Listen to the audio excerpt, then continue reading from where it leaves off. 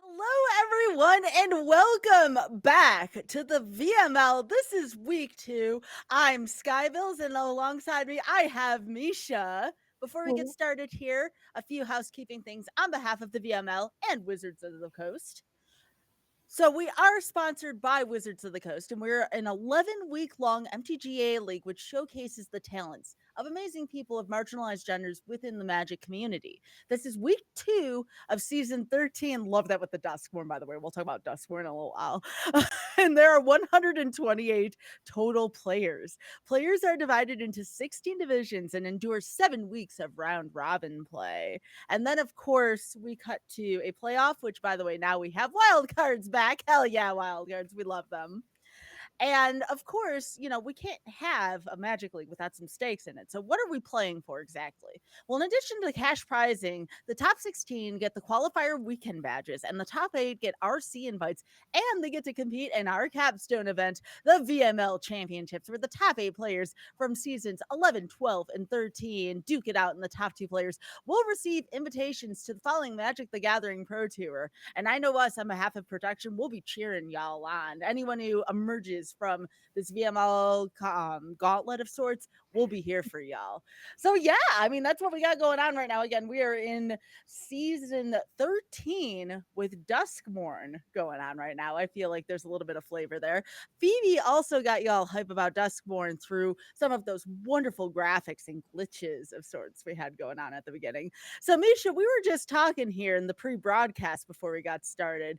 I heard you were just about this close to winning with one of the best limited win cons we've seen so far in Duskborn. Also, wonderful to have you here. Happy to be here. It's been a while. It's been since last season, so for me that's been a while. But yeah, no, I did a couple pre-releases. I'm loving Duskborn so far, and in my pre-release yesterday, I did an Is It Rooms deck. I had 6 rooms on the board, 12 rooms total in my deck. but I had the room where if you have 8 open doors, you just win. I was at 7 doors opened. If I had one more turn, you know, that alternate win con would have been ours, but alas, it was not in the cards. Quite literally, yeah. I love that. And again, y'all better get ready for puns here. Me and Misha, we just happened to stumble on over them by accident. So yes, Dustborn. It is important to know Dustborn is not in standard yet. Again, we're still in the pre-release season. I played via early access. Misha played via paper pre-release. Both wonderful ways to experience it. And we still encourage you to go out there and experience Dustborn if you still have events at your local game store as well. So we still are in Bloomborough standard right now, and I'll tell you something. I feel like these matches are going so quickly. Like in my personal matches, like you stumble on over one rock, it's like a whole avalanche of rocks just falls at you. Like that's just how the standard is right now. Without further ado, though, let's roll into some of the matches here. But first, we have the breakdown. So, again, we're talking about an avalanche. This is a very aggressive standard as far as I've seen. Now, I know it's funny now. We're saying mid range, mid range, mid range. But trust me, from my personal experience, this ain't no mid range standard, all right? I mean, it's only mid-range because it can do the early game and the late game. So, like, if you are mid-range versus mid-range and you don't stumble, it's just going to be an early game. Like, you're not going to get to that late game. It's just one.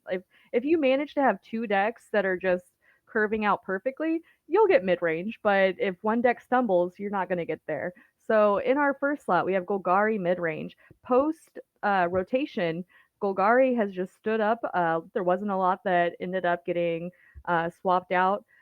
So it's been a strong competitor in last season. It's still a strong competitor this season. Domain Ramp, that is one that I was actually kind of surprised is still so prominent because a lot of the stuff for Domain Ramp did get swapped out. A lot of the lands that people were playing swapped, but we still have the leyline bindings, we still have the herd migrations, Atraxa, Archangel. So most of the key pieces are still there in Domain Ramp, making it one of the top contenders still. Demir mid range, you basically the biggest change from last season to this season is Esper mid range is no longer in the forefront. With Rafine being on the like a main card in the Esper mid-range deck. Now that we've lost Rafine, it's kind of made Esper no longer viable, but both Demir and just the Azorius decks, and even some mono black, those are still pretty strong. We just aren't seeing any Rafines anymore, so we just kind of cut out a lot of the white, especially in the Demir mid-range. But then we have Orzhov mid-range, same thing. Instead of adding the blue, we just have the white, but no more Rafine. So these are just our kind of different branches that we've gotten post Esper. And then Gruul Prowess, that was one that I was really excited about. We had a lot of mono red last season, especially with the Slick Shot show offs, but now Gruul Prowess has Slick Shot show off. Ooh, that's a tongue twister. It's like Prowess, but not. You get double the power, none of the toughness, but you still have your Swift Monastery Swift Spears? Yes. Gosh. Whew, so many cards.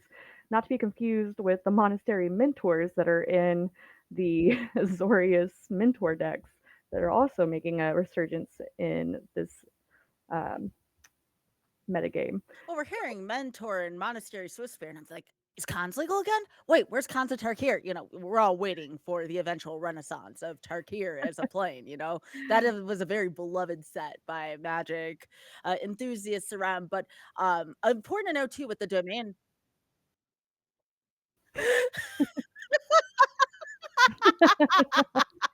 By the way, much love to Phoebe there.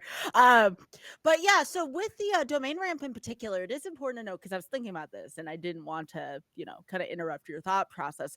We do not have that life gain anymore from the new Capenna lands. And with everything being, well, at least again, from my experience, being a little more aggressive than usual, that is a huge hit to what used to be the ramp, the analysts, that kind of thing. So be interesting to see what's going on.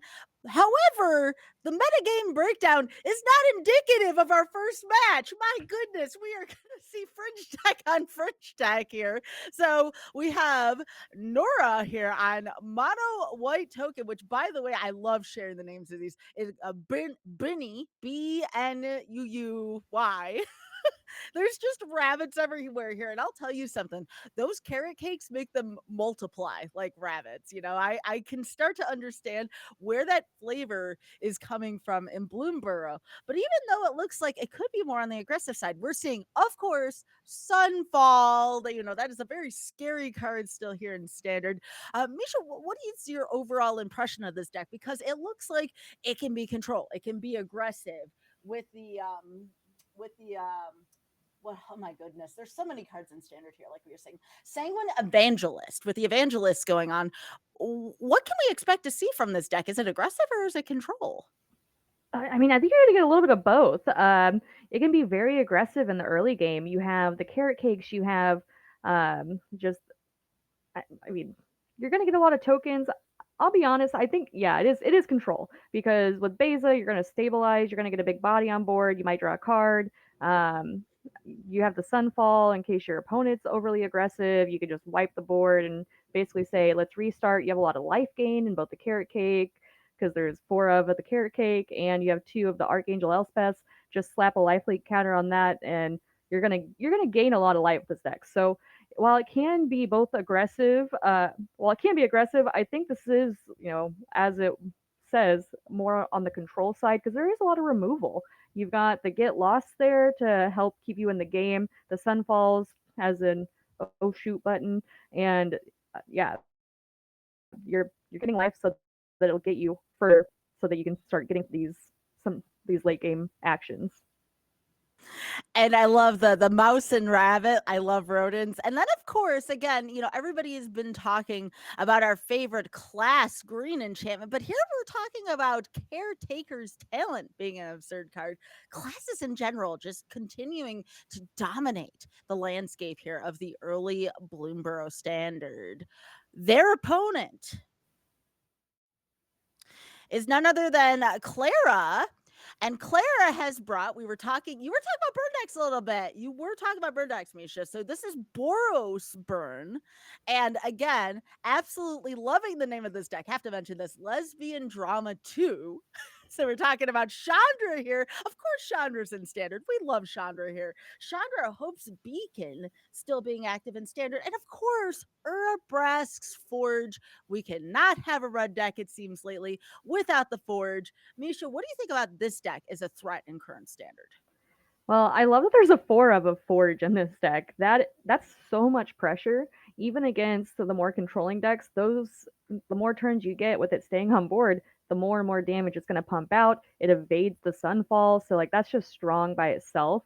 The Get Lost can deal. I believe that Get Lost can hit artifacts, so I think that you can take out some of the Forges, but it's still going to be difficult if multiple of those hit the board. Because there's going to be more threats too. The Chandra is going to be hard to deal with. It's a lot of lesbian rage coming at your face. Yeah, and I love how she says lesbian rage, aka Chandra. Much love for that comment, Clara. I cannot wait. Both of these opponents, heckin' awesome. Let's go down to the battlefield here for our very first match of the evening. And okay, not too bad of a hand here so far.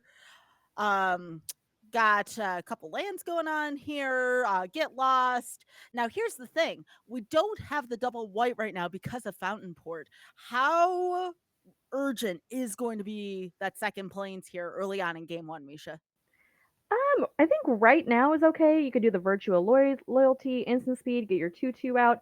I think honestly, just hitting any land is what's going to be important, because it's looking at this hand. You have 4-drop, 6-drop, 3-drop. Like you really need to just hit any land, and preferably have it be white mana producing. And while it wasn't a land, it is carrot cake. And despite that token going away, carrot cake does produce a ton of value here. But there's the forge again. We were talking about the forge here down the middle for one here, very early on in the game still. But Clara here, oh, there's the second plains though. And again, I was talking about that second plains, looking like Nora wants to set up with the caretaker's talent here. But will it be too slow for the forge here, Misha? I think it's okay. The forage is only gonna hit for 2 this go around, so I think it was okay to hold off 1 turn and get lost at this next go, because Mm. the later you let it the more you let it stay on board, the worse it's gonna be, but ooh, spicy. Oh, Okay, wow. Wow. we do at least get another land, which is important. We really need that right now, but we also need this to, yep, not be a land so that we can pump up our 3/3 and have something. Yeah, that was very clutch and very resourceful of Nora there to use the map to gain the land needed here. However, that forge is just it's still going like a train there. It's another 3 damage down to 14. And again, that forge damage adds up very quickly. You can't expect to block it unless it's for lethal. And that is, oh my goodness, a hard flame duelist there. And Clara just managing to keep the field clean. And it's hard to tell who's the aggressor and who's the control player here. I almost feel like the control player would be Clara with the forge and all of the spot removal early on. Yeah, I think this is difficult because you do have the 4 mana, but if you play out Elspeth right now, that forge has, trample.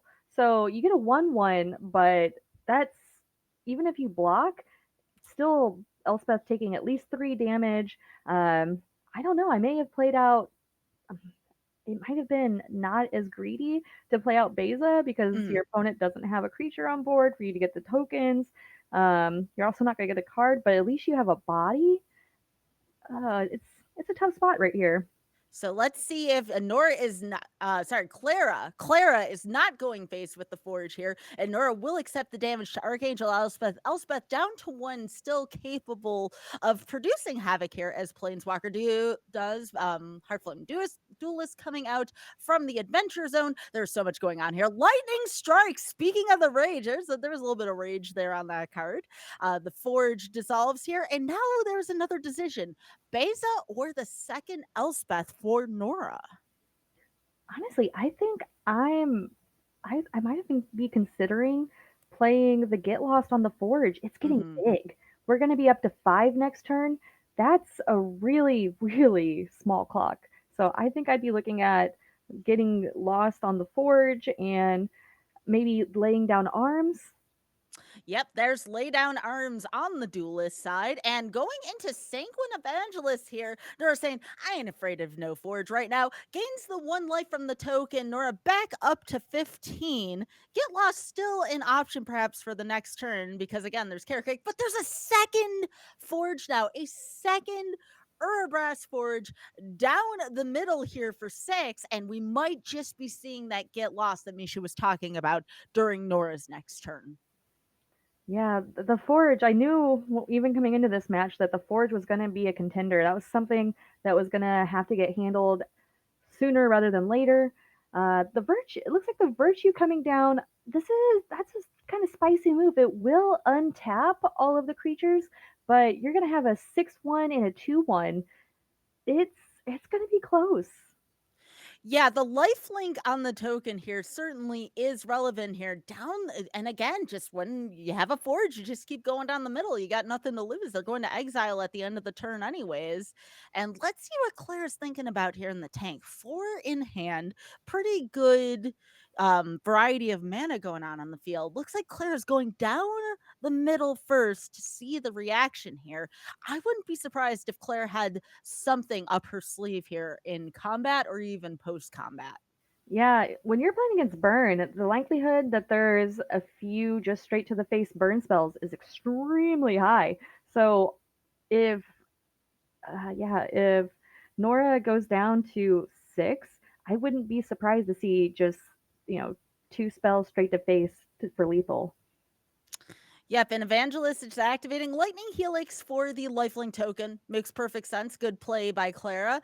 Bat emerges on the field, and now you almost have to feel like the get lost is a must here. But Nora missing a few of these land drops here, which is a silly thing to say, mind you, at 5 mana. But Nora could do so much more with just even 1 more mana, activating the get lost, activating the carrot cake. So it's a matter of what does Nora do to get out of this forge hole? And I think it does probably deal with maybe either playing Beza or the get lost on the forge with the 6 counters on it currently. I honestly think that the carrot cake, cracking the carrot cake and getting lost, maybe. Yeah. Oh, it doesn't hit artifacts. It only hits creatures, enchantments, and planeswalkers. Thank you. It's one of those Ah, times where I wish I could mouse over, but no, that makes sense. So there is one thing that Get Lost doesn't hit. That makes perfect sense. gotcha. So many cards in this extended standard right now. Thank you so much for reminding us. So yeah, with Get Lost not being able to hit that, then this is a pretty tough position for Nora to be in. You know, you have 2 forages, and for every counter again, you just count that much more damage because Nora's creatures are so tiny right now. And yep, getting rid of Yeah. the lifelink, that'll be game 1. So yeah, with that being said, yeah, probably not going to see a ton of Get Lost here entering the scenario. There is a Sunder the Gateway though, Sunder the Gateway, which I do believe probably hits artifacts. Let's see. Yeah, I just read it, and yeah, it hits the non-token artifacts. So the 2 There we Son go. of the Gateways and the Lorn of the Third Path will be the counters to the Urbrass Forge. Yeah, there's just so much going on right now with current artifact and enchantment removal, which is even going to get more compounded and complicated as we enter Deathsworn with doors. We were talking about the doors earlier. So Mhm. yeah, again, if you see something in chat, be like, hey, this is not doing what you think it does. Yeah, please feel free to let us know because there are so many cards in standard right now that sometimes it's easy to look past that. Yeah, and Sunfall, for when you have a bunch of forges on the battlefield, Sunfall's not going to be great since they exile at the end of turn. So I agree with taking out the Sunfalls, taking out the Get Lost since it's not going to be a contender against the forges, and bringing in the Lauren. That can help with a little bit of card draw and fixing. You don't love giving your opponent, um, a card as well, but that will help take out forges too. Oh, that was an unfortunate Oh my opener. gosh. And I can see a lot of Magic players out there right now being, this looks like every single time I mulligan, it doesn't look great. And then I look at the next thing and it doesn't look that great either. Totally relatable here. Tough position here for Nora early in game 2. Now, again, we do not have Clara's hand, but again, we can kind of infer what's going on here. 2 surveil lands so far, though, for Nora, and just a lot of real garbage right now in terms of what the deck's trying to deal up. But there is that fountain port that can do some things. It is a mana sink, assuming, the recruiter's not going to come down, probably going to wait for the adventure Mm, side. That's another land That for Nora. Yeah, especially with the 2 surveils, one of those surveils hitting a land and binning it, that's way more lands than you really want to see at this point.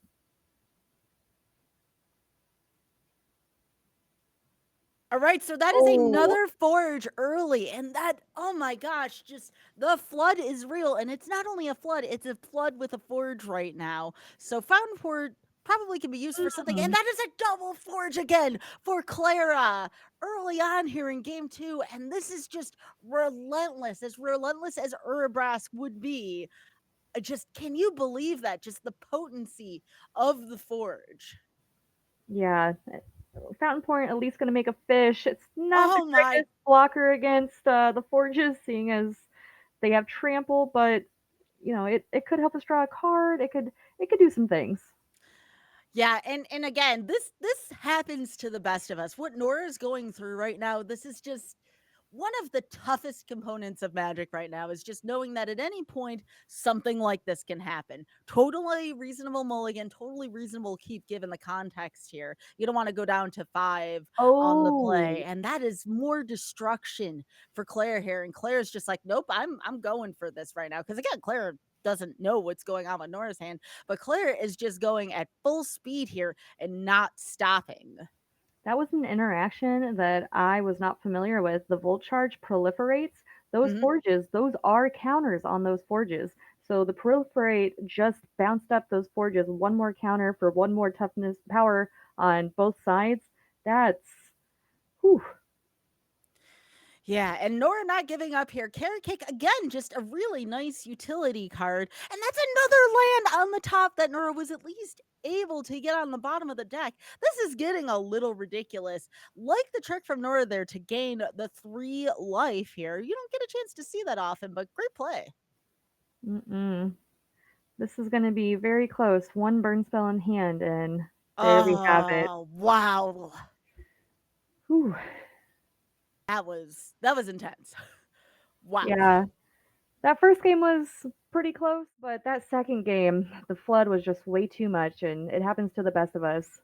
Good, good games to both Clara and Nora.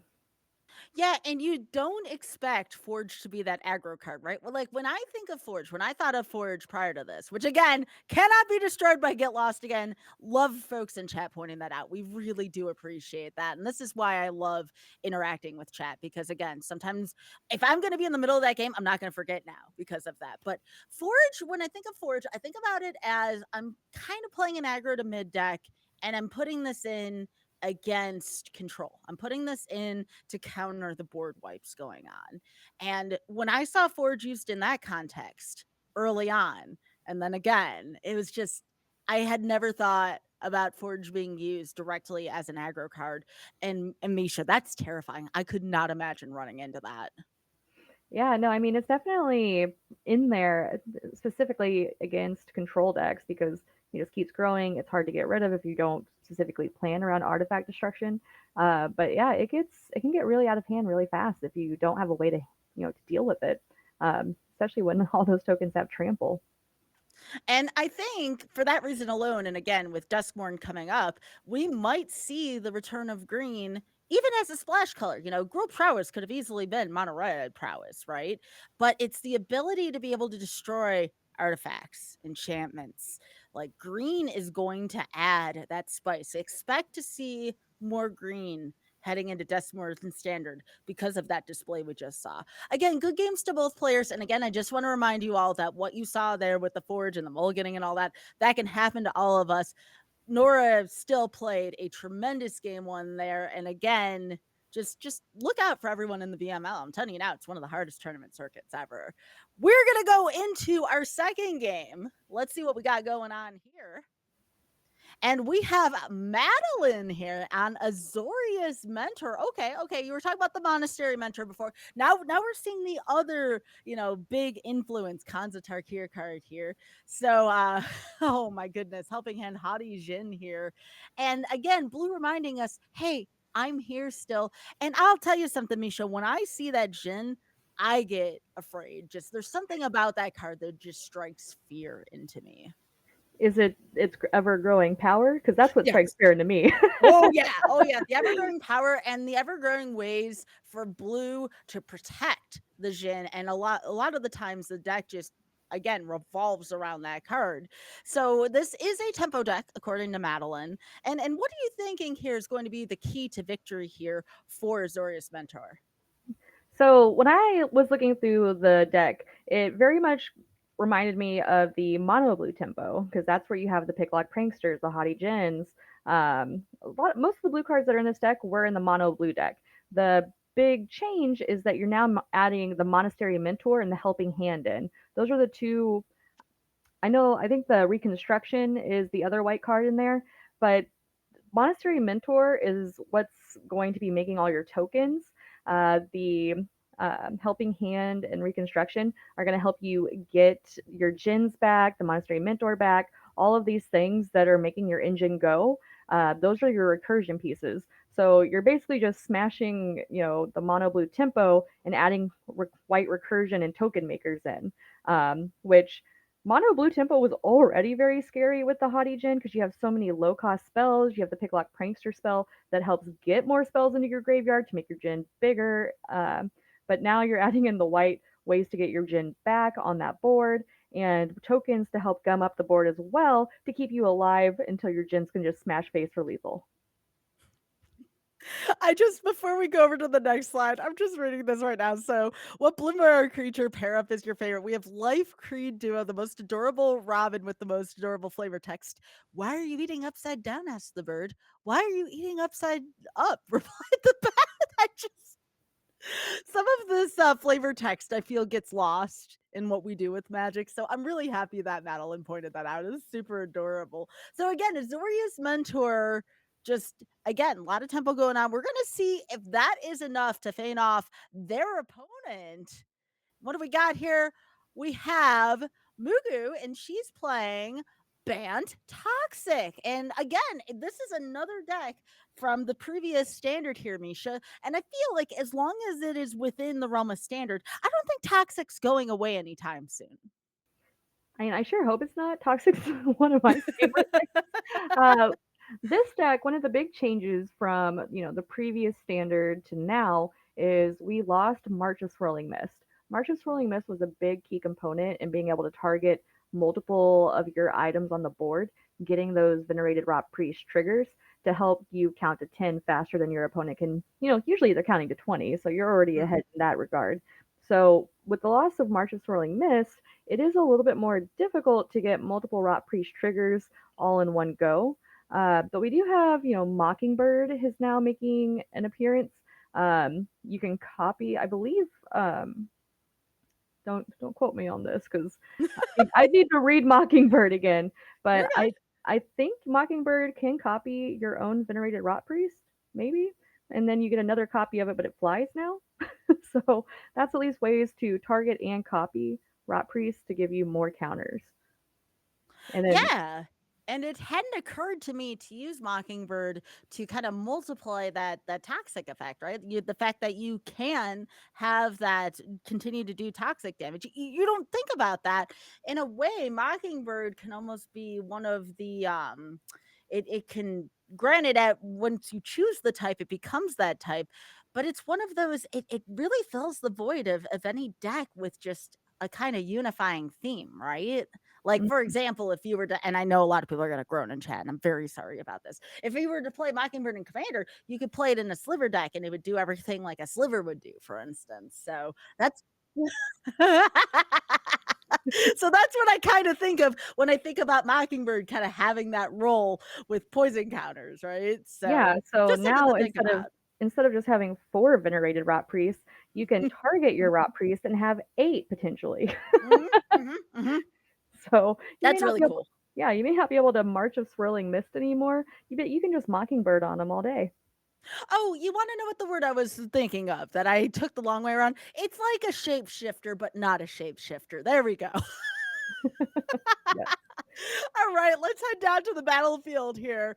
We're going to have mentors. We're going to have toxic creatures. And here we go. We got the dual action here. We are going to be ever so present here with both hands. Looks like a very decent hand to start out with toxic, but the one lander keep, well, now it's a two lander here.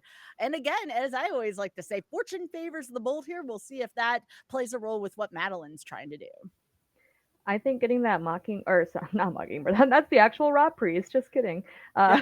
Getting the Rot Priest out on one is really good because I think Madeleine's deck is playing, counter spells, and there is I don't know if there's that much removal once it's hit the board. All right, so we have Into the Flood Maw here. This is very interesting. Bouncing the priest back, Mockingbird just a 1-1 without a target, and that's all it's going to be here. Great play early on here. However, lands are the lifeblood for especially an Azorius deck here, and it looks like Madeleine's going to have to use a little bit of delving into the deck in order to gain that second land. But that being said, spell, get land, go. Very classic here for Azorius to start. And now we're gonna get a second Rot Priest on the Oof, battlefield. That's brutal. scary. Yeah. That's real scary. Yeah, this is quite the board here. Now imagine if Madeleine didn't have a way to bounce the Rot Priest. That would be 3 Rot Priests out there already. 3, Misha. Yeah, yeah. Oh my God. If I see more than 4 on a board, I that's terrifying. So like Oh yeah. the potential of there could have been 3, that's a lot. That's a lot to handle. Jawbone duelist here for Muggu. And again, there's What do you even do at this point? You have double rot priest already. You win second. You kind of had to awkwardly find those next two lands. I mean, what do you even do here if you're in Madeleine's position? This is a pretty rough handout, pardon the pun, here in game number one. I I think that was the right choice because that duelist, if it makes contact, that's two counters Mhm. just by itself. And if you try to target it once it hits the board, that's another two counters from your two rot priests. So trying to do something to prevent it from before it can hit the board, I think that was the right choice. It's just real difficult. It's not an Mhm. easy place to be. At least having the monastery mentor down will prevent the rot priest from attacking in and getting more poison counters from combat damage. So Yeah. that's at least something. All right, so looks like we're gonna have a little bit of bounce action here. And again, when do you have to strike blue? When you're tapped out, when the blue's tapped out, right? Like that is your Hmm. time to move. And again, a little more proliferate action here. And again, just bringing Madeleine up to 5 toxic damage already. Land is good, tapped land not so much here. And Madeleine replays the Monastery Mentor. Again, very good play. It has to stay on the field this time. Hmm. Aspirant's Ascent is a card that's one I'm not exactly familiar with. Let me take a look and see what that does. Absolutely. So again, we have the Monastery Mentor blocking here, and looking like we're going to get a combat trick. And yeah, this is going to take out the Mentor. And not only that, it's going to add to the toxic, and this is going to be another toxic point here, up to 8, and looking like another Javelin duelist again that has double strike on it.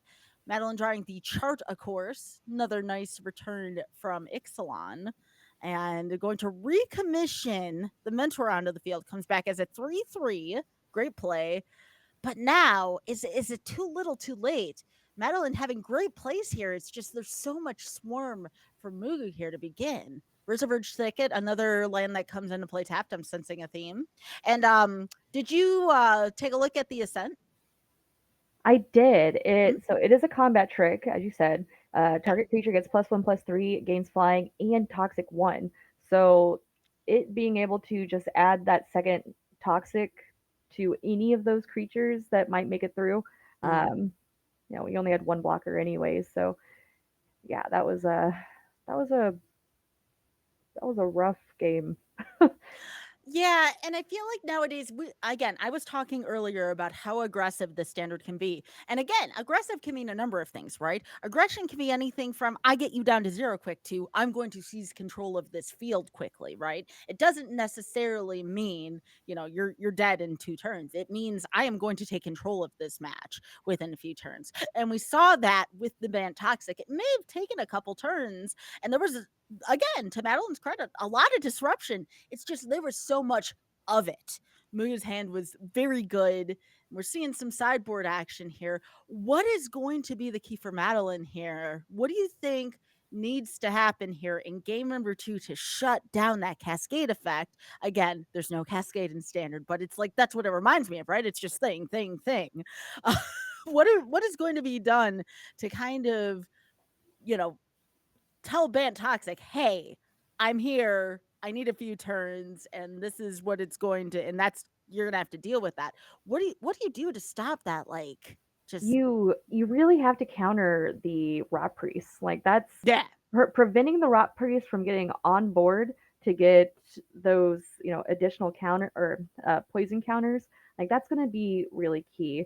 It was really unfortunate for Madeleine that there were there was a rot priest, a mockingbird, another rot priest.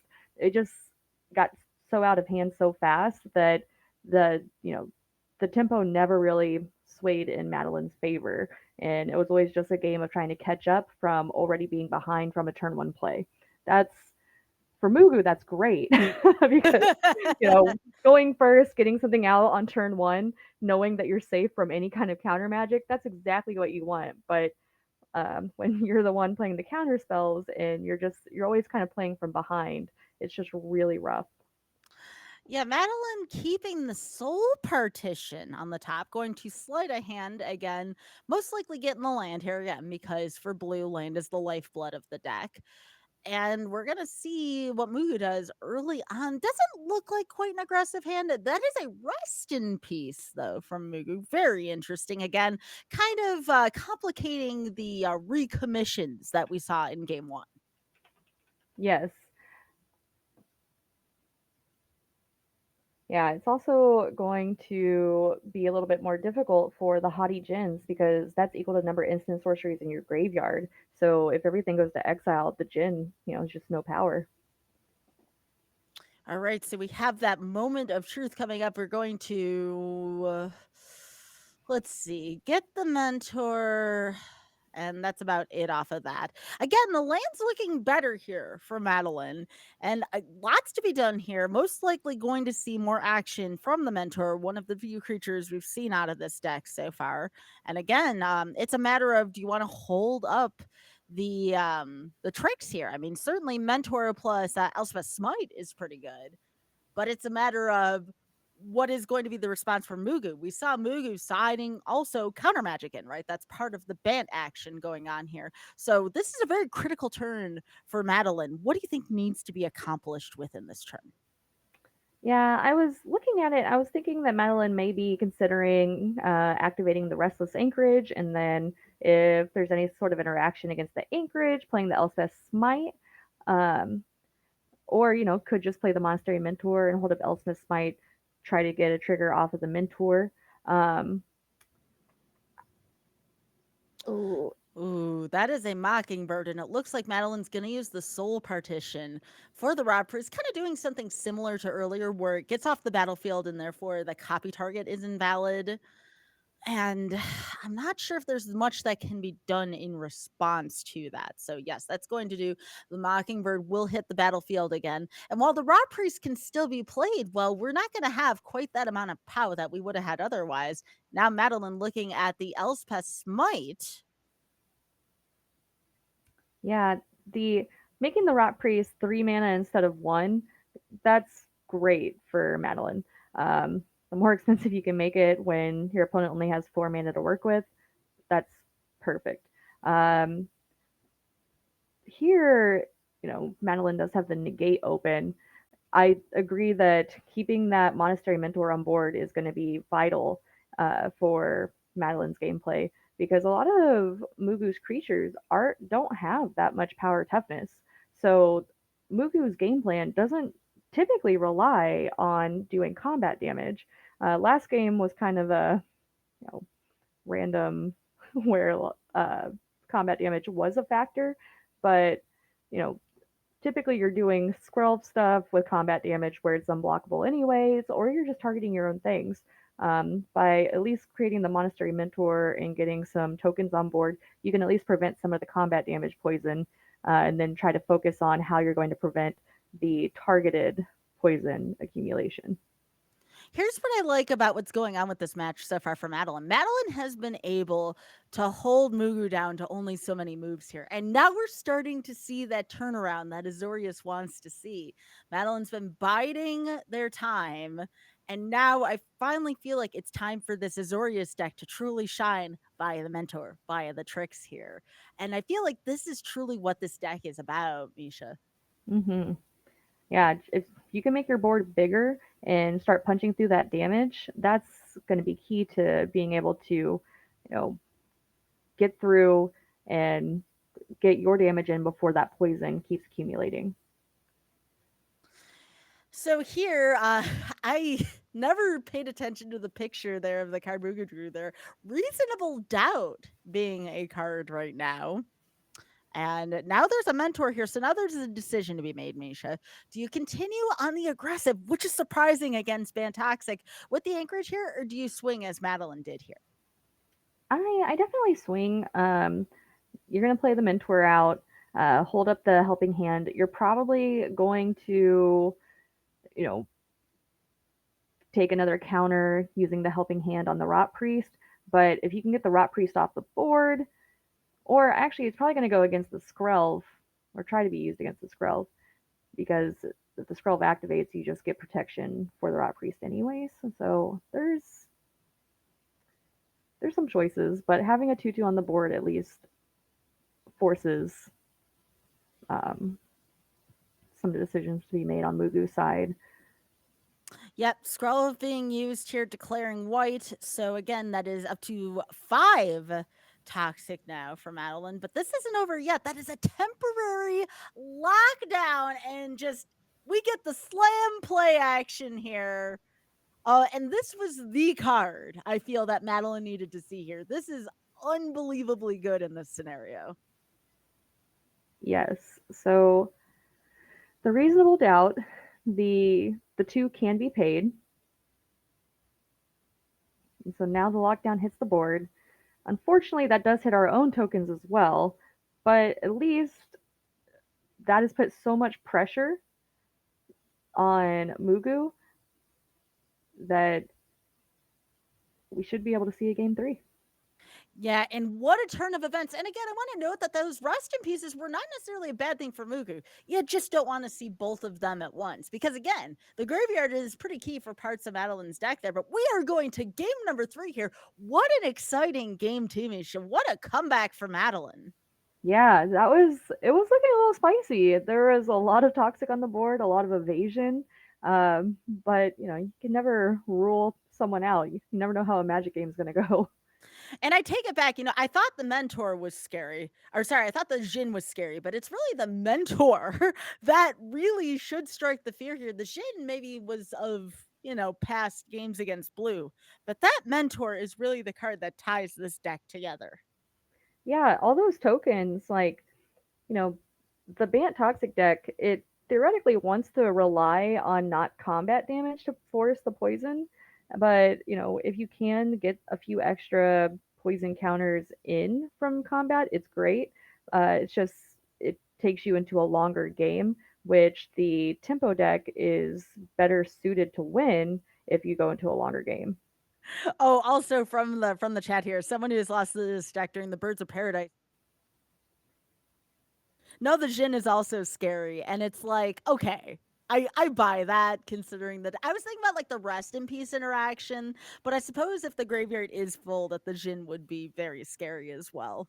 Oh yeah, the Jin can easily be just a one-hit KO, because that deck can churn through so many like low-cost spells that you look at a card, put it in the graveyard.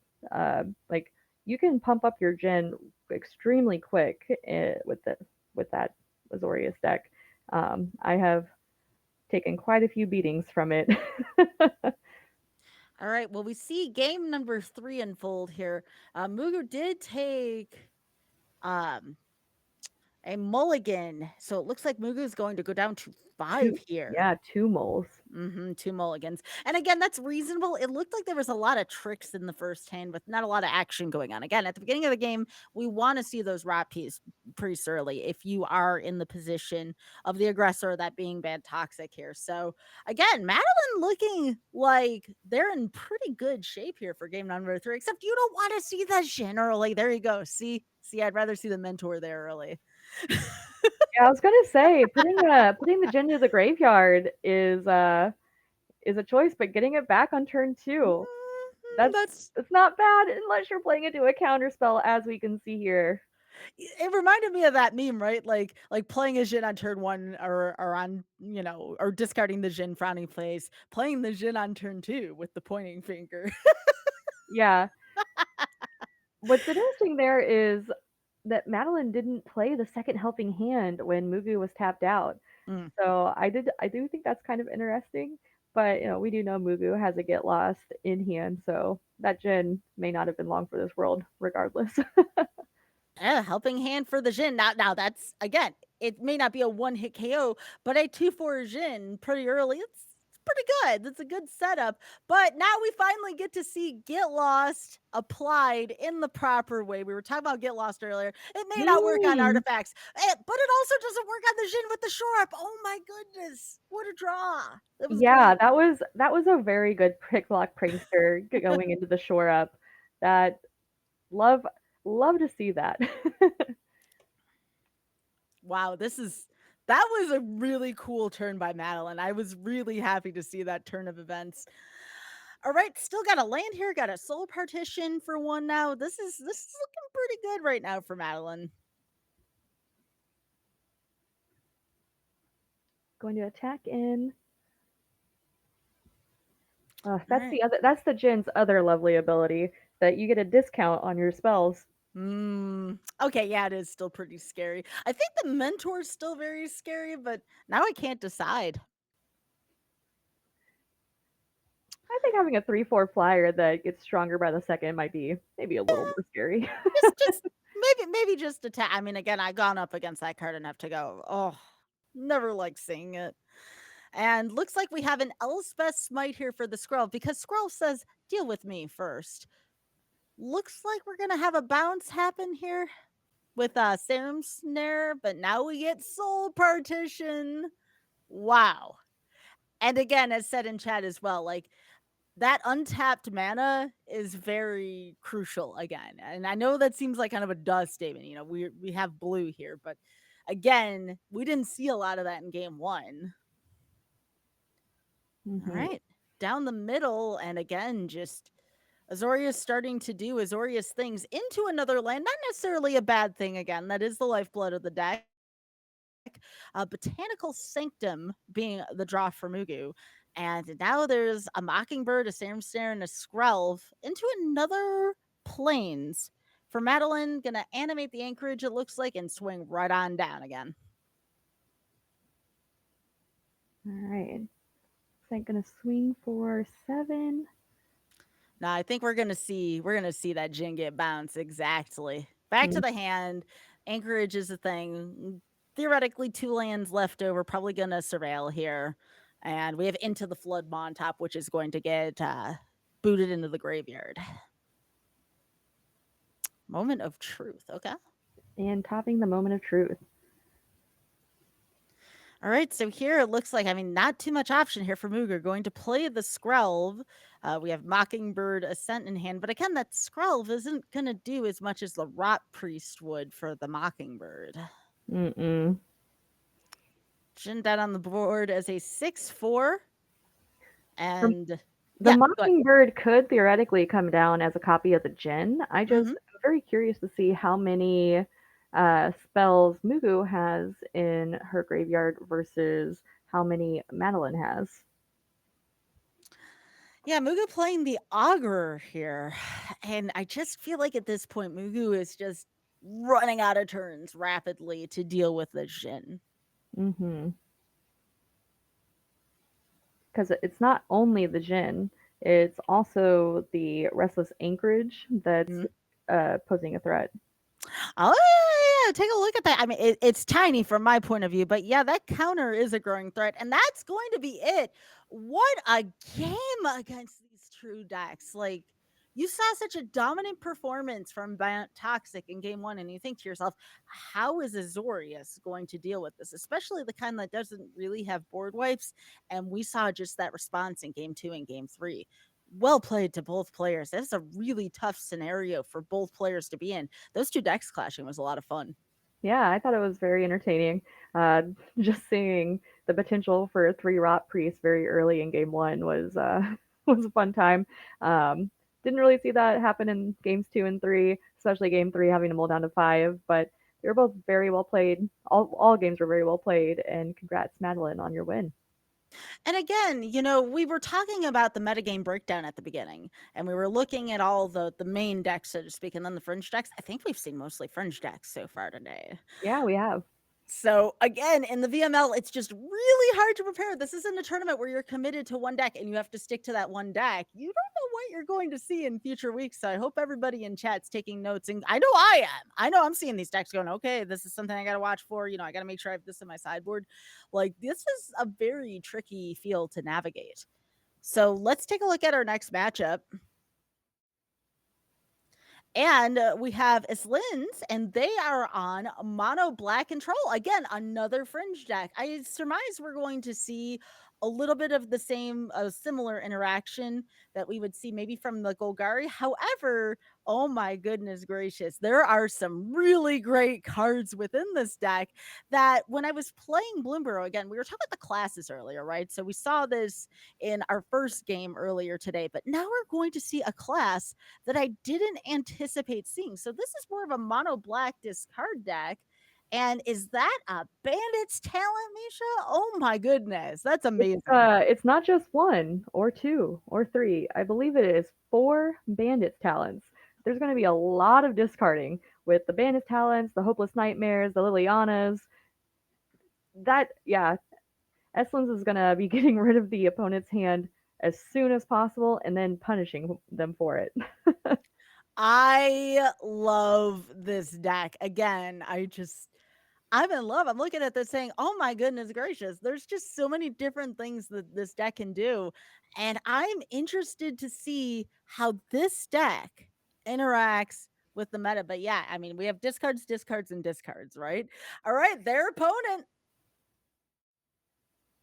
We have I want to make sure I'm reading this right. Is it Aoife? I want to make sure I have their name right here. But yeah, we have Aoife here with Golgari Midrange. We were just talking about, well, I was just talking about Golgari Midrange. We have Bats. We have the Dread Knights. We have just about anything you could want within Golgari Midrange. We have an opposing Liliana the Veil. Innkeeper's Talent, the other green class I was talking about earlier. It seems like this deck has an answer for everything. And again, there are 23 versions of this being played, Misha.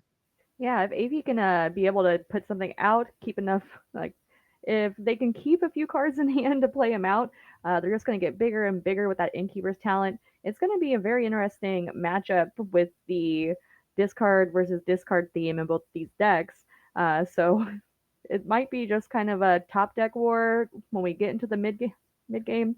Just top deck a card, play it, since it's going to be a lot of hand disruption and discard. But it's gonna be interesting. I just want to see if these innkeeper's talents are gonna make it to the board to actually pump up Aoife's creatures. All right. So we have the Golgari midrange. We have the discard. This is a very, they say and now for something very different. This is a now for something very different. All right. So all right, we have our swamp here. Oh, look at how pretty that swamp is. I like that. So swamp Paramirax is cut down. Cut down being a very key card in this current standard. Hopeless Nightmare. Just a lot of cheap discard here. So if you're playing it from the role of the mono black discard, you're going to need eventually some creatures to kind of deal with that. And I don't think the Mirex tokens are going to be particularly the plan. Yeah, I mean they're not the most ideal creatures, but if you make your opponent discard over and over, and they're also not getting any creatures, it could be a viable game plan. Yeah, and again, that's a discarded cut down. That makes perfect sense. Oh, and now it's going to be revealed. And I should have mentioned this earlier. Knowledge is so important in this matchup here. And this is a big, big, big advantage for Aoife here. So now we have we're gonna see the hand. Nope, we're gonna go to hope. Well, actually, we're probably gonna see it. Hopeless Nightmare. We're gonna see parts of Aoife's hand. Mhm. Yeah, looks like Eslinz is gonna keep the Vadmir in hand since that's the only unknown information that they currently have, and just gonna keep disrupting Aoife's.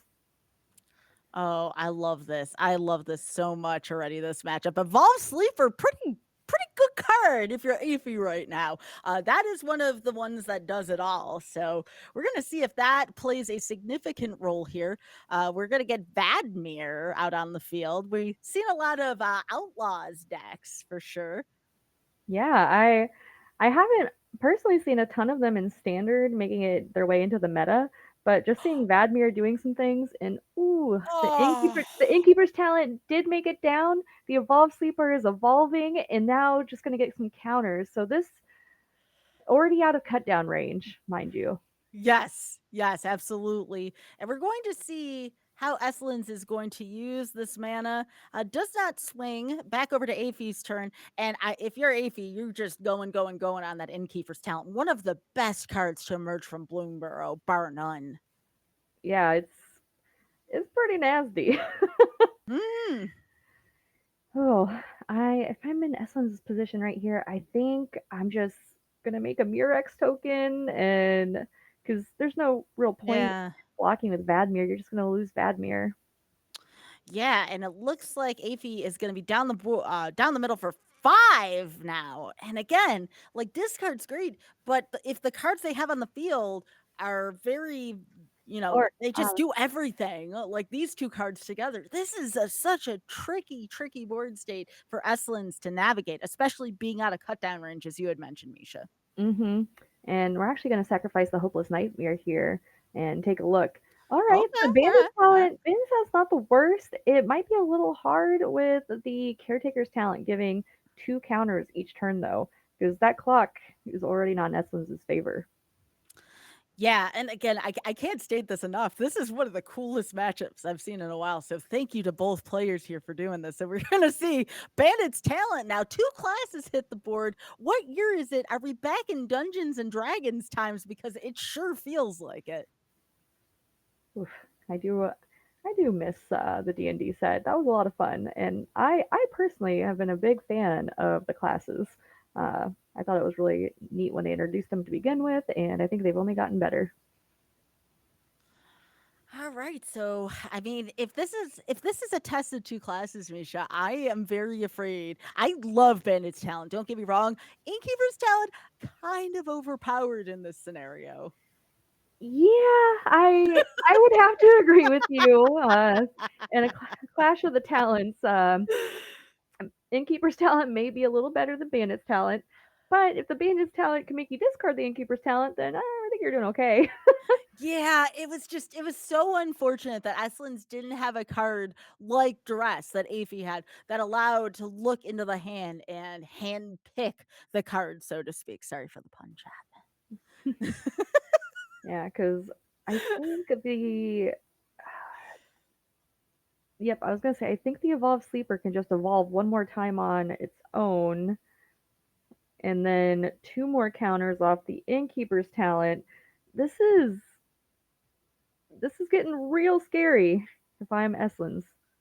It sure is, and now that is a cut down off the top. We were talking about that. It's not exactly the card that wants to be seen right now, and Mm-mm. the heist also not doing too much right now, considering that there's not much of a choice from the hand right now, and we are going to see via ruthless negotiation what the last card is going to be. We have a draw, and it's another swamp. This was a big flood for Eslinz here, and Aoife just had all of just the it does everything type cards. I mean, Evolving Sleeper plus Innkeeper's Talent, probably one of the best things you want to see when you are playing top deck wars with your opponent.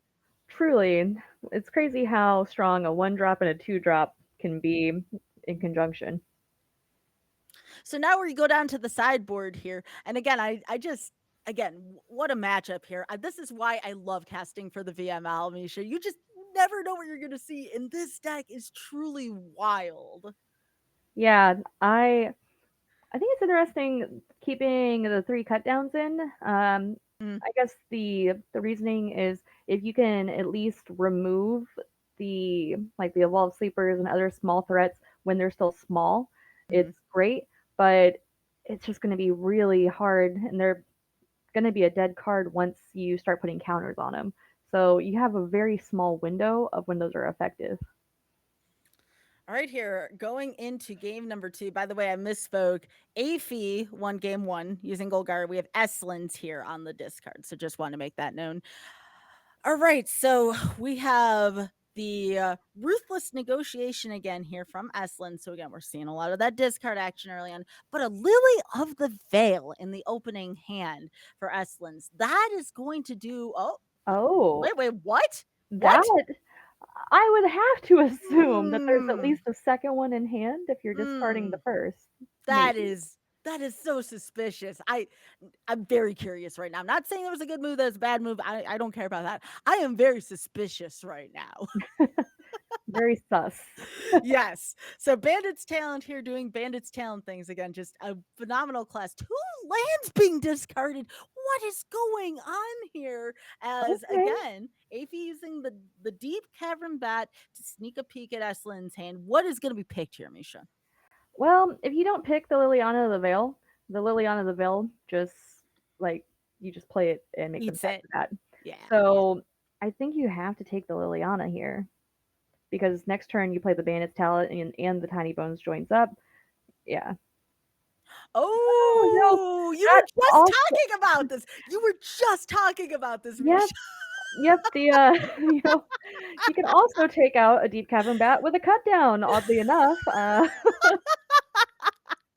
Talk about calling your shot. Unbelievable. What's the lottery numbers for next week? and, here I am saying cut down's a dead card.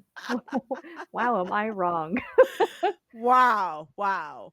So, okay, 3 lands here, not bad for Aoife here again, especially in a discard. And there you go. You called this second scenario. Innkeeper's talent down, cut down, doing what cut down does best. Yep, would have had maybe one more opportunity to well, not if the innkeeper's Oh, talent oh. were to, level Ah. up. This is so tricky, right? So Tiny Bones joins up over Liliana here. Very interesting scenario, but I understand the thought process behind it. And of course, why wouldn't you want to level 2 your bandit's talents? Yeah, I mean, seems seems good. Yeah, that's an understatement. Yeah, Or 4 damage just off of that. That's and then with all this extra mm, discard, it's those bandit talents are gonna be doing some major work. and that is another good card to get out of the hand. I mean, it couldn't be played anytime soon, mind you, but getting a Vrask out of the hand, never a bad idea. Yeah, and this is what I meant by it's gonna just be top deck wars from this point. Because here you can put the Liliana down, Yep. make Aoife sack the preacher. Doesn't even matter that it has the ward 1 from having a counter. Sacrificing it goes around it. Wow, this is wild. I've never seen anything quite like this. All right, and that's not bad either. Fountain, pretty good, pretty good. Yeah, Going just to the level 4 in the Bandits talent, that's going to create more draw for Eslinz.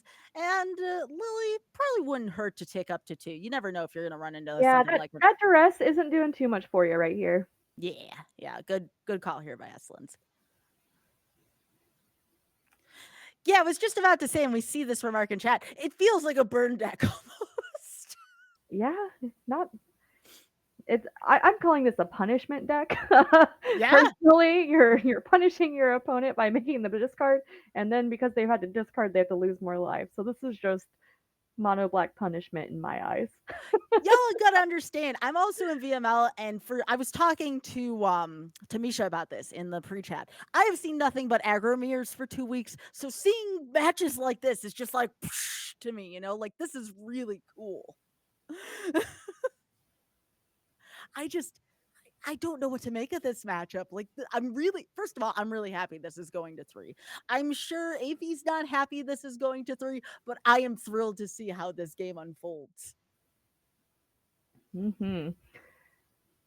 Yeah, this has been a very interesting matchup because we've seen both decks do their thing, and getting to see Eslin's deck pop off like that, loved it. Yeah, and I always felt like Bandit's Talent was a very underrated card. Like I loved playing with it in Bloomborough Limited. Seeing it here in Standard and seeing it take a game against probably one of the number 1 most played meta decks, we'll call it, Golgari, is Yeah, astounding.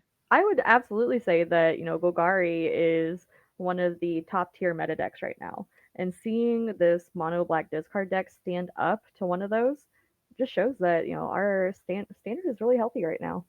Oh yeah. The bat, of course, taking, as you had called it last time, Lily of the Veil, called that one. And again, I just want to know, cut down is not dead. I'm sorry, Misha, I don't mean to pick on you. You're right, you're right. Just give that innkeeper's talent a couple turns and then it will be, but for now, for now. Oh, this is a lot of fun. All right, so more discards here. Tiny Bones joins up. Hopeless Nightmare, both discarded. Oh my gosh, is that what got discarded? Okay, I preacher. I was Okay, surprised by that too, but yeah, seeing a preacher come down, I get it. yeah, I get it too. All right, missing a land drop here. That's kind of rough, but there is a duress, and there's also a Vadimir. All right, Vadmir hits the board. All right, Going to pretty good. yep, gonna level up. That preacher of the schism still going to be able to tack in, make a token. So Yeah. that's not great in terms of like Liliana because now that there's fodder, this is Hmm. also not great when you see the Liliana on the other side. And that yeah. Yeah, the Aoife, they have had a great start to this match, and again, just establishing that board, knowing the sequences to play the cards. I give Aoife a lot of credit here. This is not the easiest deck to play against. I mean, who would prepare for mono black discard burn? I mean, dang. Yeah. All Oh, right, okay. so all right, I all right.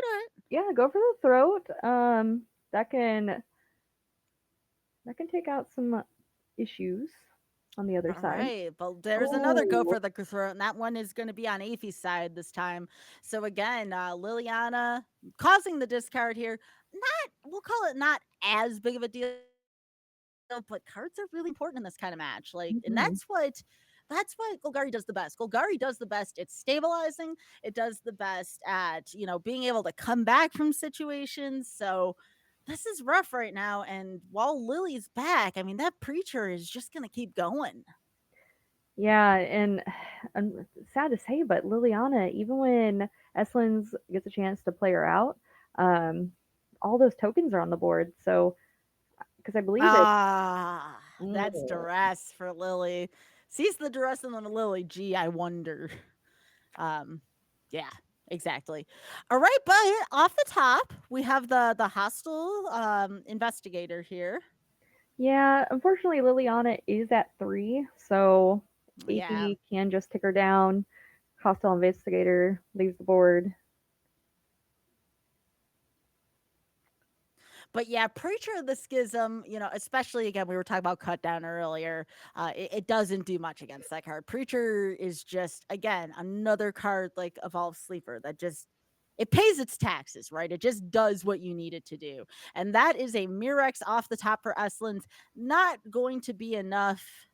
And this is going to be GG's here. Oh my gosh, what a fantastic game. Thanks to both Aoife and Eslinz for a fantastic game. Thank you both so much. I can't even. And that just goes to show you, that was again, we were talking about it before. Golgari is the deck card to defend or card, a deck to defend and talk about the format against. It's definitely going to be Golgari. So the fact that we had a mono black discard slash burn deck, I'm going to call both because that's what I saw, a mono black discard and burn go in there and almost get the job done. That's astounding. And that's part of the VML experience in general. Yeah, no, I was very impressed by the mono black burn deck, burn discard, a little bit of both. But yeah, it just goes to show Golgari is one of the meta decks for a reason. It's so resilient. It can be strong in the early game, strong in the late game, lots of card draw, lots of hand disruption. Can never count the Golgari deck out. Certainly not. So let me guess. Did we get more fringe decks? Did we get more fringe decks, Phoebe? Let's take a look at our last match. I want to see if we get more fringe decks tonight. All right, we have Emily, and she is running Azorius Mentor. Okay, so we've seen this deck before. A little bit of a different take on it, but still, it does the same thing that it does before. We're seeing a Knight Errant of No, Io. sorry, I missed one. This is pretty similar to the last one. I I just missed that when I was making slides today. So Oh, please ignore the oh. cards to watch because those are not in here. Sorry, I was like, oh yeah, because Imogene's recruiter's not Yeah, here either. don't look at that. That was my mistake. I did that. It was on I was me. like squinting at the card saying, okay, where's Nope, this nope. Knight There's no Errant? red in this deck, and those are not the white cards either. All right, so this is standard fare from the last Azorius mentor deck we've seen then. And again, that kind of thing happens, especially, and we very much appreciate Misha here, always preparing the slides, always giving it the all here for VML. So we thank you. So yeah, Azorius mentor, standard fare. We've seen this before. So I want to do again what I did before. We were talking about what Bloomborough pair up creature is your favorite. We have Bravekin Duo this time. And Emily loves bunnies, and she says, the flavor text is impeccable. Did you bring everything you need for the journey? The rabbit asked. Of course I did. I brought you my dear pine cone. The mouse replied. Thank you so much for sharing that, Emily. It was adorable. But yeah, again, getting back to the game, Azorius mentor here, and it has been established, chat, just so you know, anyone who might be watching this on chat, YouTube, etc. The Jin is as scary as the mentor, if not more scary. There you go. Anything else you'd like to add, Misha, to this deck? Nope, we're just gonna run it back. All right, we're gonna run it back here. So her opponent, we have Marceline, and we have four color domain ramp here. So again, this deck is the one I would define as this is the deck full of cards you just don't want to see. You don't want to see up the Beanstalk. You don't want to see our Archangel of Wrath. You don't want to see Atraxa, and you don't want to see Sunfall. This is scary cards dot deck. What do you think? Yep, it it's technically 5 color domain because there is a mountain and you are getting all like the full domain discount. We just we're not getting those same triomes as before, so it's a little bit harder to get, Mhm. but it's not focusing as much on red. So you still are primarily green with your beanstalks, your herd migrations, white with your sunfalls and ley lines, archangels. But you got Atraxa, you got your heaped harvest to start tutoring out those other colors to make your ley lines cheaper and just to get your ramp. We have our Jaces in there as our mill backup plan. I do love me a mill out. I'm one of those people. But There's nothing wrong with that. That's one of the win conditions in the game of Magic. I respect that. but yeah, it hasn't changed aside from the lands. It hasn't changed too much from our previous domain ramp. Your archangels, herd migrations, atraxas are going to be your main factors here. Drawing with your beanstalk, and just controlling the board with sunfall when stuff starts to get out of hand. Yeah, looking forward to seeing how these two decks interact together. Will the ramp be able to overtake the Monastery Mentor and company here as we head into game number 1? And it looks like uh, That was an interesting that's keep, a tough, Emily. Yeah, but there is a sleight of hand here. I do want to bet the sleight of hand kind of changes this. What do you think about the keep, Nisha? I think it's spicy, very spicy. I keeping it's an island in hand, so we do have the sleight of hand to help us find a white mana. It was a spicy keep, but we'll see if it pays off. So I'm talking to all y'all Magic players out there in the chat, anyone who might be watching this cast, and I have to know, where do you get the guts to keep a one laner? And I'm not saying it's a bad idea. I'm saying, how do you have the courage to do that? I feel like I'd keep a one laner and I would just be like, butt clenched, terrified, holding my breath the whole time. So yeah, anyways, we see the second land here. Now anyone who's clenching can unclench here. We have 2 lands here for Marceline up the beanstalk. Again, a good card early if you're on the domain ramp. And look at this, never didn't have it, Misha. 3 lands already, 1 in hand, 2 on the field for Emily. Yeah, I love that for her. I My luck is usually never that good, so I know. I trust me, I know, and I've kept some one landers that never turn out here. yeah, I have been punished way more times than I'd like to admit when I keep one land hands, even with like ways to scry and look. But I'm I'm very happy that Emily. Again, I have to give Emily a lot of credit here just for being brave to do it. Again, it's not a bad idea. You have the cards to get you out of the one land situation. It's just the bravery to do it that I don't think I could ever have. Again, just hats off to you, Emily. Seriously, hats off. Well done. Emily doing well here again. 3 lands. Probably could use a few more again because this is blue, but Emily has a lot of ways to gather land here. But first, got to put down the mentor, right? With a possible Archangel of Wrath may be hitting the field soon. It's not a bad idea to keep a mentor in your back pocket. Mm-hmm. All right, Marceline playing a tapped fourth land, so not we're not in Archangel territory just yet. Maybe next turn if we get another white mana. Yep. Um, but what I'm wondering if we're gonna see maybe a heaped harvest to help go ramp out to another white mana or get more of our domain pieces. Yeah, we were talking about this early on with Domain in particular, because that was one of the regular decks we were talking about as opposed to the fringe decks. Again, we are missing, and when I say we, I'm Leyline Binding. And again, remember when I said you don't want to see up the beanstalk? This is why. This is terrifying right now. Yeah, I mean, that was an expensive binding, but hey, it did remove the mentor, and that is important here. Yeah, any port in the storm certainly here. So Emily looking to establish more of a board state again, thinking about the Jin, thinking about the Jin. There is still though no lands in sight so far for Emily. Again, there are ways to draw it, but it's hard to establish a board state and get more lands. I mean, this is where playing this Azorius deck in terms of play pattern becomes really complicated and very difficult. And I always give folks credit who play the mono blues, who play the Azorius decks, and try to navigate through how do I keep the board stable while drawing cards, while getting the lands out on the field. Okay, we're gonna see the Another ley second line ley line. binding. Woo. That is quite a few cards that Marceline has drawn now. Yeah, at this point, I don't know which one is the tempo and which one is the ramp deck. And maybe the answer is yes. Maybe it's a little bit of both here. Sleight of hand, looking for another land, doesn't get it. And this is a really rough position in game one for Emily here. Marceline, though, just sitting pretty right now, drawing the lands, keeping the board stable, having like twice as many lands as the Azorius deck. It's not something you see too terribly often. And I would even argue that there hasn't even been a ton of ramp going on here in game one for Marceline. Yeah, I mean, ramping not so much. Card draw in order to hit the land drops, yes. I'm interested to see like when maybe a herd migration might be coming, but we do know that there is a phantom interference, so Marceline does have to be careful to play around counter spells. I know that that's what I would if I see 2 blue mana up. That's what I'm worried about.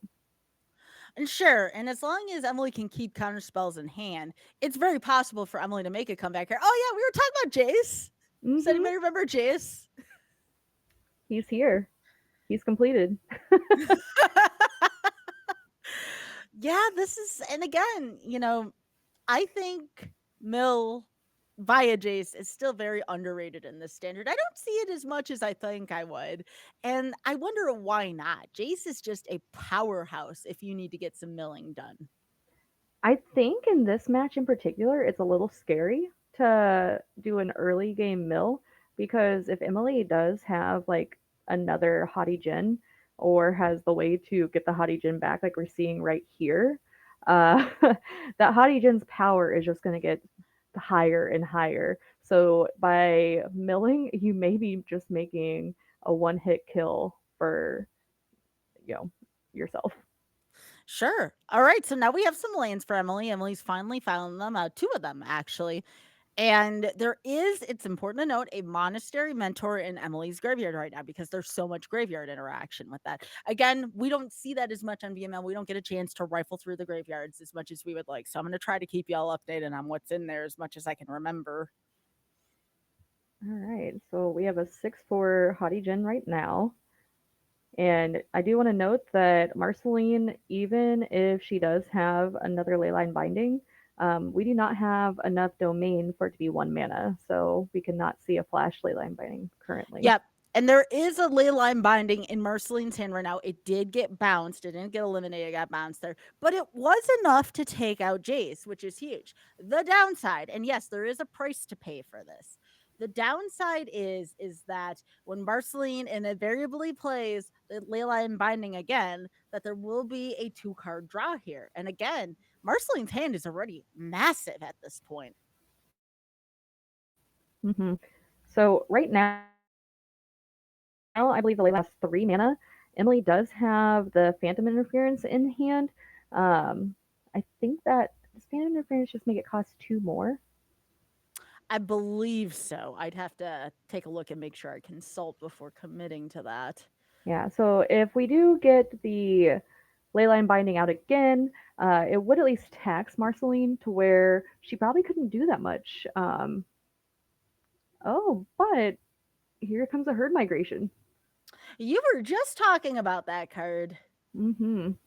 Phantom Interference, it's 2. Yeah, pay 2. Yeah, so herd migration actually, that does create a lot of bodies on the ground, which, if Marceline gets another chance to attack, could be pretty devastating. But I think we're Oh. gonna see a counter spell here. Well, look at this, Emily finding her footing in this game. I mean, it was always kind of there, but Emily was playing from a pretty tough land deficit at the beginning. And suddenly, despite what the hand content and the land content on board might say, Emily is working her way back into this. Mhm. This is what I meant, that Haughty Djinn, it can grow so quickly. So you're looking at a 9 power, and that's not even like, there are at least 2 more instant sorceries in Emily's hand that could pump it up more. I don't necessarily know if we're going to see a one turn punch kill, but the, a second Djinn certainly could. Oh, definitely. So we see a soul partition that's going to get surveilled into the yard. And now helping hand for Monastery Mentor. Going to trigger the on board mentor, make 11-4 right now. And can you into the floodball fish? I think, but I don't. These are the questions we ask.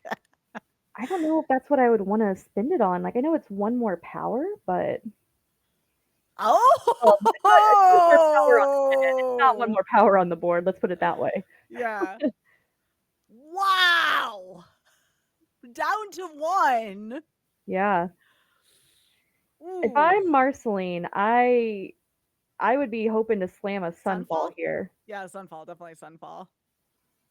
Like, I think it's a Sunfall or bust. That's a good. I just want to note too that again, score doesn't tell the whole story. This has been a phenomenal game between both players. Marceline putting on that early pressure in terms of just hand size, land presence, and then Emily figuring out how to combat that, and now coming back to a board state like this. That's ridiculous. That's the power of this Monastery Mentor deck, and furthermore, the pilot behind it. Emily's doing a great job of navigating this match. Mm-hmm. Yeah, Marceline came out with a pretty strong start with double beanstalk, drawing a lot of cards, the double ley line. But yeah, the tempo on Emily's side really strong. And again, Marceline really hasn't done anything wrong. Marceline's just been doing what the domain ramp does. Another Cavern of Souls there, by the way, declaring Angel for the Archangel Wrath. Going Atraxa. Okay. Um, that's.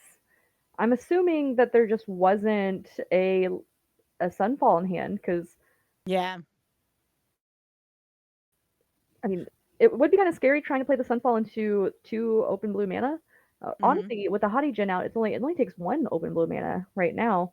But yeah, this is scary. The Atraxa will gain life, but oof, this is a scary position to be in. Oh, that's not a terrible draw here for Emily. 3 steps ahead.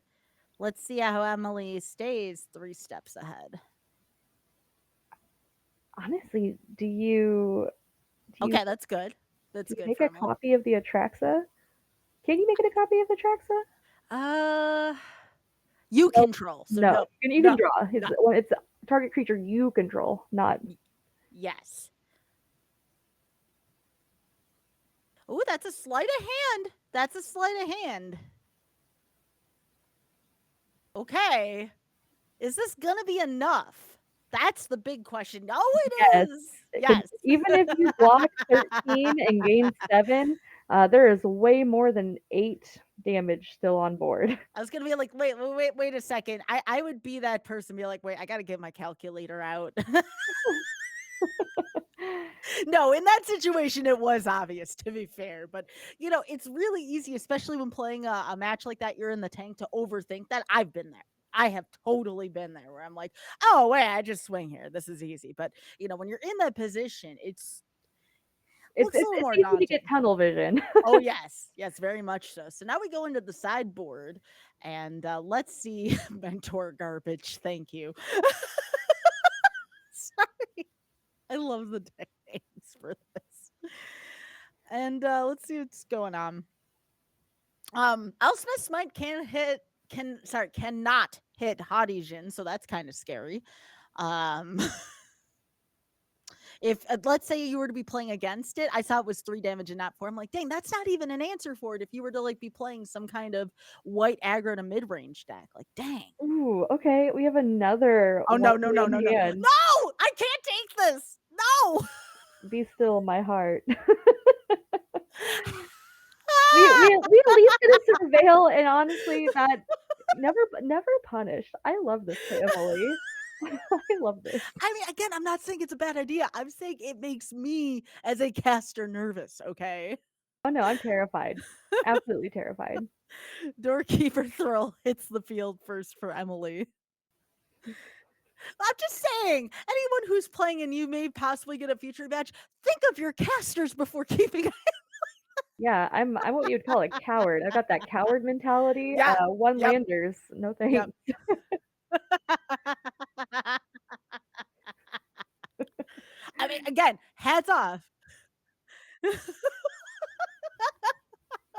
Oh, we see a mountain. Did not see Okay, one of those last game. So, that's gonna be great for the domain end of things for Marceline. Absolutely. mhm.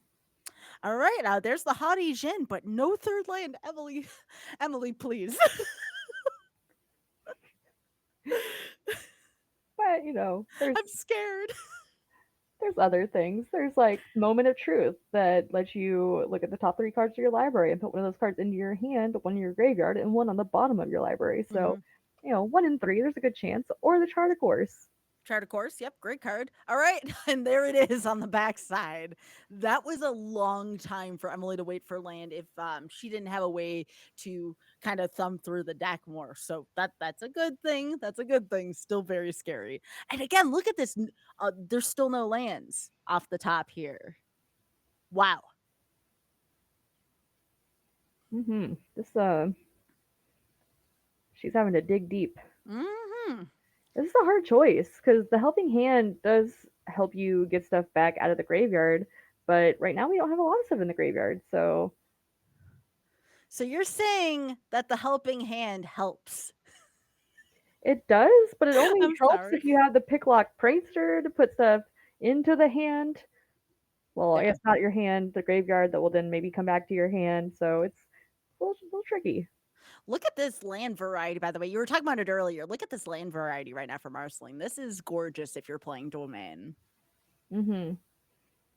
And that being said, if the Archangel were to hit the field, yeah, there's some mana worth paying for in the future. Just saying. All right, so we have another draw here. Still not another land for Emily. And you may be thinking, well, Emily's got a bunch of low-costed stuff in her hand. Yeah, but you want to be able to play stuff and keep stuff up ideally is my counterpoint here. So, okay. Yeah, making sure you hit your land drops in this deck is vital. There's other decks, the more aggressive ones that everything you're playing is low cost. That it it's okay if you miss land number 3 because everything costs 1 or 2 mana. This deck, things might cost 1 or 2 mana, but if you want to do 1, 2, 3 spells a turn, you do tend to need a little bit more than just 3 mana. Why does it always have to be the last card in this match, Misha? It's always like the card on the backside of this is like finally a land. I'm like, oh my gosh. Marceline here with the Heaped Harvest. You were talking about this before.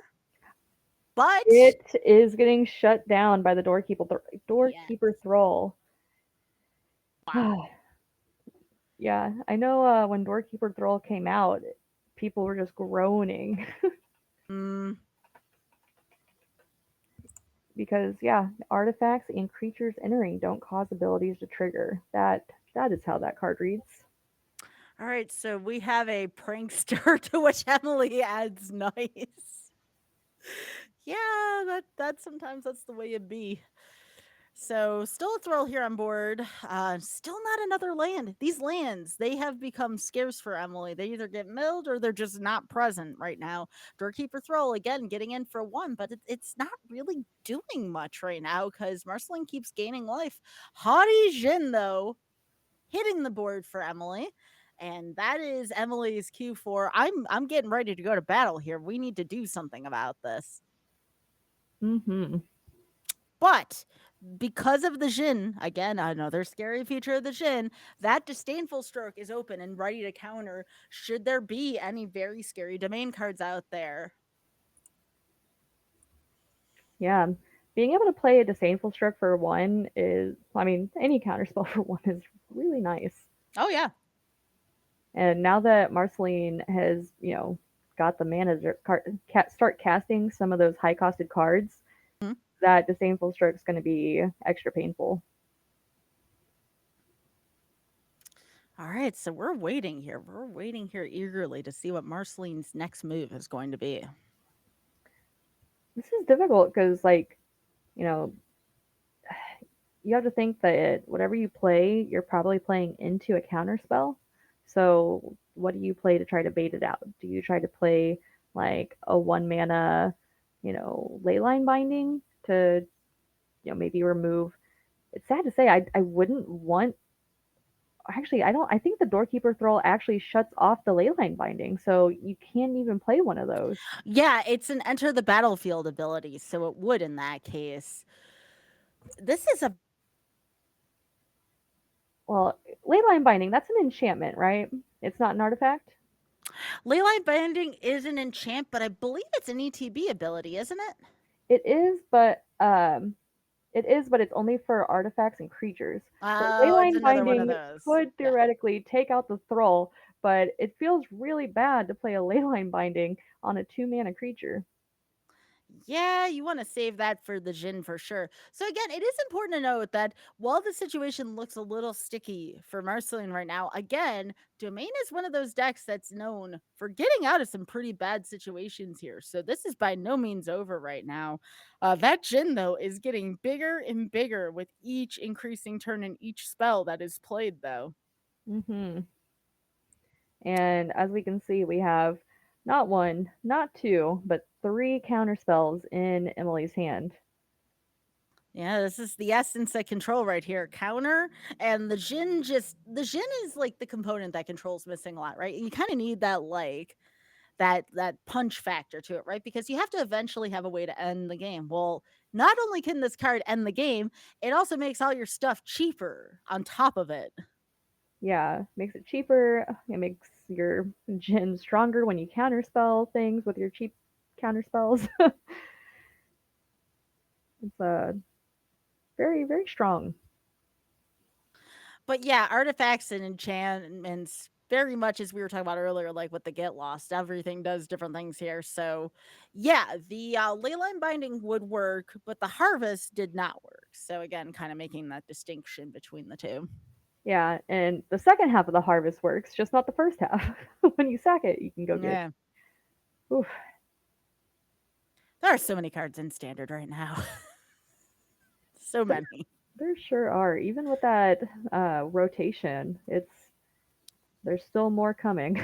Oh yeah. Dustmourn's right around the corner.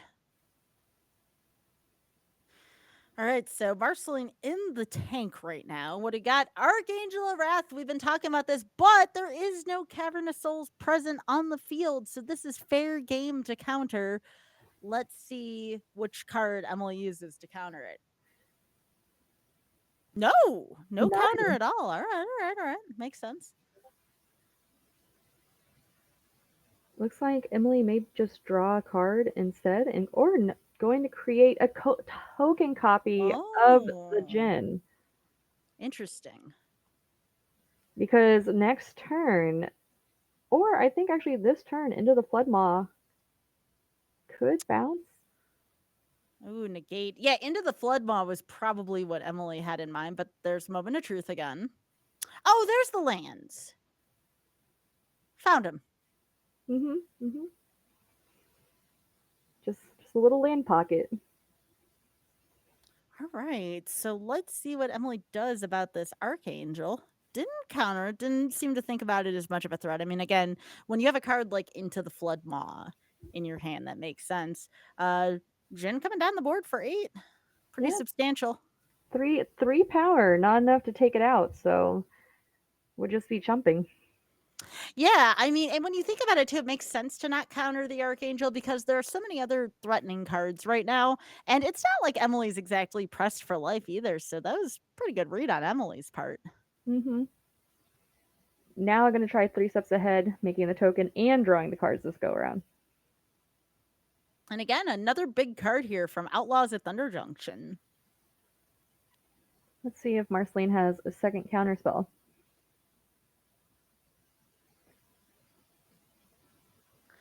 Yeah, I feel like we don't see enough cards with Spree in it lately, Misha. And it's very, very cool mechanic, especially when you have a lot of lands available to you. Yeah, I really enjoyed some of the Black Spree cards. Like, what was it? The one that I think it halves your life. It you draw 3 cards. Oh, and that was game. 2 gens on board that were going to be, I believe, 9/9s without any extra work. That's hard to come back from. So good games to both Marceline and oh goodness, Marceline and what was our other Emily. Emily. Emily, sorry. We watched from Emily's perspective the whole time. But yes, good games and congratulations to Emily for taking that. See, we saw some good games from the Azorius Tempo deck. I'm wondering if we're going to see an uptick now in mentor decks because we had 2 mentor decks that won on the caster. Again, you have to be thinking about this kind of thing, right? So maybe mentor will be the deck to beat next week. So when you all are making your deck decisions today and tomorrow, you better consider some of the stuff that won and lost today. But again, tiny sample size, so make sure you play test up and looking forward to more matches in the future for sure. Yeah. So what are your overall impressions from this week, Misha? Golgari is still, in my opinion, one of the top decks to beat. I really enjoyed the Azorius mentor decks. I thought they had a lot of resilience, and just the tempo, being able to bounce, counter, draw cards. Like that's really all you're looking for is being able to put up a fight into the mid game to late game. I do think those decks may suffer a little bit from more of the aggressive. We didn't really see too much aggression from that last game, so it could be a little tricky. Just making sure that you stay alive long enough to build up your tokens with your mentors or make your gens big and strong to punch through in the air. But yeah, I was really impressed by those. I also the mono black discard burn, that was another one I was extremely excited about, and I even though it didn't win this week, I hope to see more mono black. I agree. Mono Black doesn't get played enough, and it does just so many neat things. So, again, thinking about how do we structure these decks around the class cards, we saw quite a little bit of that today, just in our tiny set of matches today alone. So, keep an eye on the classes. They're going to do some damage over the course of this, and even going into Duskmorn Standard. And something I want you all to think about next week. Now, Duskmorn's not out yet. But how are you going to adapt to Duskmorn coming out? That's a very tough thing to ask right in the middle of a league where you can change your decks from week to week. So start thinking, start playtesting for sure. Well, to close up here, so I want to make sure that we thank everyone. So, first question for Misha, how can we find you on the internet? You can find me on most social medias at magic_Mishamigo. You can see some of my random cosplays. I do some interesting ones, to put it lightly. But I'm going to be at a lot of events coming up. I'll be at RCDC in like a week and a half, 2 weeks. I guess it's 2 weeks. And then I'll be at CubeCon in Madison, Wisconsin, mid October, and then late October, I will be at MagicCon Vegas. So if you're going to be at any of those events, I'll be there. You can come find me. I'll be wearing costumes at some, not at others. CubeCon, I'll even be judging. So yeah, I'd love to meet you. Yeah, back to you, Skybilz. Where can we find you? You can find me at twitch.tv/Skybilz most nights. I've been very, very intrigued by TCG Card Shop Simulator, which kind of plays into the whole magic thing. So that's been a lot of fun. YouTube also been doing a lot of funny shorts there lately. So if you need a good laugh, be sure to go there as well. Also, I host a show on Games Done Quick Hotfix, random number generation. So be sure to visit me there every other Tuesday at 7 p.m. Eastern on Games Done Quick. So be doing that, and I'll be prepping up for Awesome Games Done Quick. Submissions are going to be starting up soon, so I'll be working a lot on this over the next week. Also, Phoebe, Y'all be sure to follow Phoebe. If we could get Phoebe to type the proper info in our text channel here to make sure y'all give Phoebe a follow as well. We could not do this without you, Phoebe. So much love and thank you so much for everything. Also, we would like to thank Wizards, our sponsor. Of course, Phoebe, our admin team that works hard. Misha here, especially for filling in this week. Misha, thank you so much for filling in on a moment's notice. I don't know where we would be as a team without you. So thank you so much for being here and for everything you do behind the scenes. Misha does so much, y'all. Of course, to all of our other fellow casters as well. The players, you all gave us fantastic matches this week. Please continue to do that. VML is not only about winning games, but it's also about community as well. And we could not do this without all of you. So thank you so much for the wonderful games. And of course, to you, the viewers, you all added so much context and kept us honest with some of the card rules because, again, standard's huge right now. So we Keeping me on my appreciate. toes. Thank you. Thank you to our wonderful chatters as well for helping us out with that. So, with that being said, thank you so much on behalf of the VML. Be sure to stay strong, keep up with the changes because they will approach you fast. And we will see you back here next week. Take care. I'm Skybilz, and of course, we have Misha here as well. On behalf of the VML, have a good evening, everyone.